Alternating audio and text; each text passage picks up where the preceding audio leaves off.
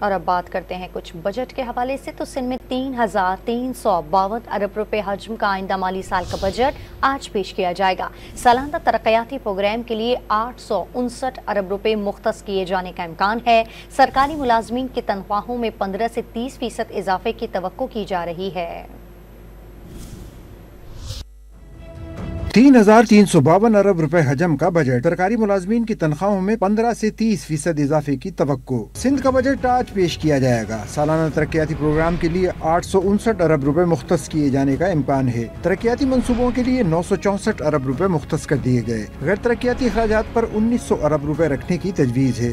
ملازمین کی تنخواہوں کے لیے 728 ارب روپے رکھے جائیں گے۔ کراچی کے 11 میگا منصوبوں پر 1 ارب 8 کروڑ روپے مختص کیے جائیں گے۔ تمام اضلاع کا ترقیاتی بجٹ 30 ارب روپے کا ہوگا۔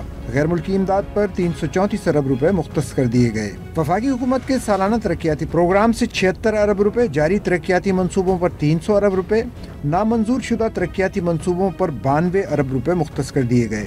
امن و امان کی بحالی پر 170 ارب روپے مختص کرنے کی تجویز ہے۔